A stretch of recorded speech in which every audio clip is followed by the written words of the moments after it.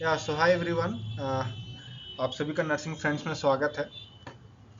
आज आप सबको जैसा पता है कि बीटीएससी जो बिहार स्टाफ नर्सिंग का एग्ज़ाम हुआ था, ये अपना 30 से 31 जुलाई और 1 अगस्त और 3 अगस्त को उसका आज रेस्पॉन्स शीट आ गया है, साइट पे अपलोड हो गया है। अगर आपको नहीं पता कैसे देखना है तो हमारे चैनल पे एक वीडियो है, उसमें जाके आप देख सकते हैं कि आप अपना रेस्पॉन्स शीट कैसे प्राप्त कर सकते हैं।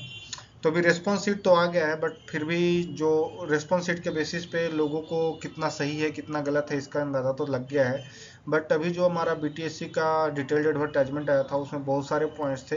कहीं पे 0.75 से मल्टीप्लाई करने का था, एक्सपीरियंस के बेसिस पे नंबर्स कितने मिलेंगे, कुछ मिनिमम नंबर्स लाने हैं उनको, उनका क्या वैल्यूज है, किस बेसिस पे वो कैलकुलेट होगा, और कैसे नेगेटिव मार्किंग्स भी है तो उसको कैसे कंसिडर करना है। तो ये सब कन्फ्यूजन्स है स्टूडेंट्स में जो कॉमनली देखा जा रहा है।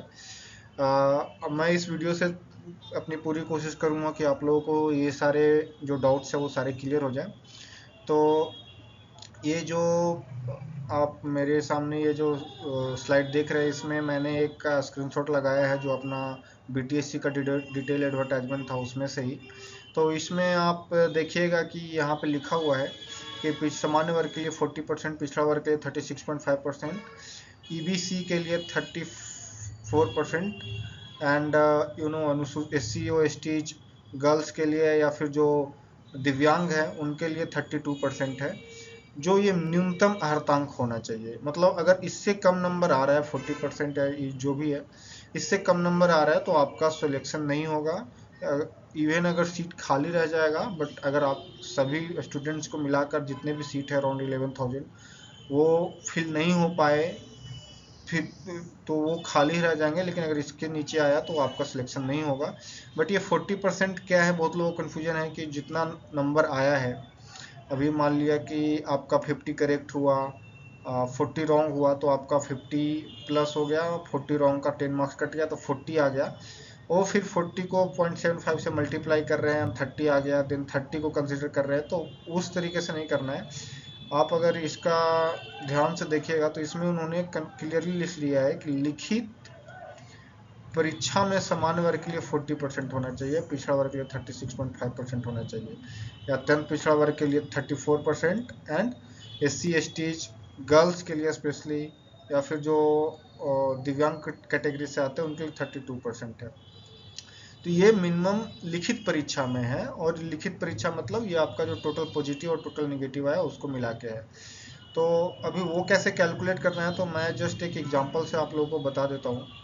सपोज आपने जो एग्ज़ाम दिया, उसमें आपने रिस्पॉन्स शीट आपको देखा, तो उसमें से मान लिया आपके 60 करेक्ट आए, किसी बच्चा ने एग्ज़ाम दिया उसका 60 राइट है, और सपोज उसके 32 रॉन्ग है, और बाकी 8 क्वेश्चंस उसने स्किप कर दिए। तो अगर इसको कैलकुलेट करना होगा तो आप जो नोटिफिकेशन में देख पा रहे होंगे, प्रत्येक सही उत्तर हेतु 1 अंक दे होगा। तो इसके लिए आपको टोटल 60 नंबर प्लस करना है, ठीक है।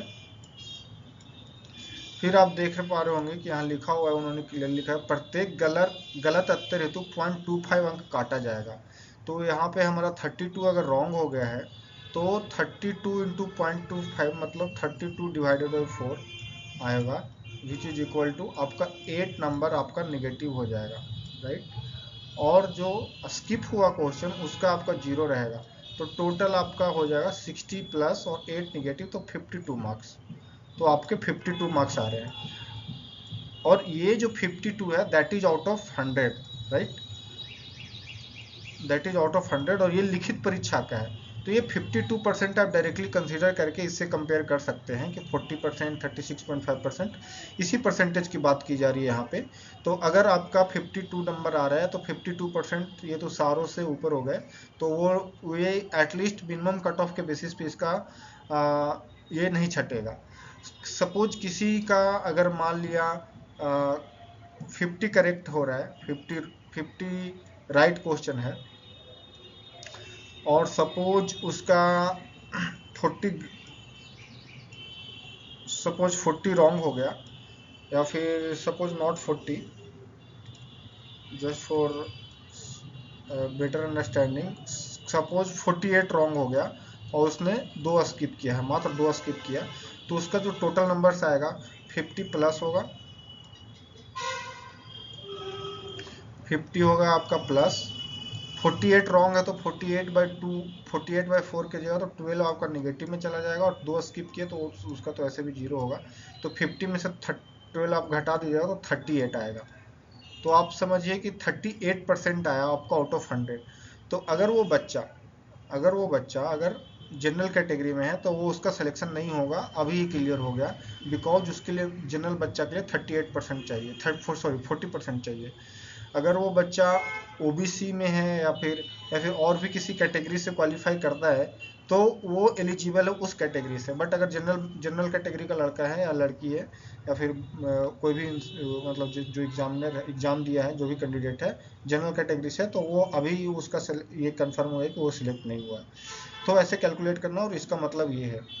अभी इसके अलावा एक और नोटिफिकेशन है जिसमें 0.75 से मल्टीप्लाई करने का है, हम लोग उसको अगले वीडियो में उसको भी क्लियर कर देंगे। आई होप आपको ये वीडियो अच्छा लगा होगा, आपको जो नोटिफिकेशन का मतलब वो क्लियर हो गया होगा। अगर आपको अच्छा लगा तो आप हमारे चैनल को सब्सक्राइब करें और इस वीडियो को लाइक करें तथा शेयर करें। धन्यवाद।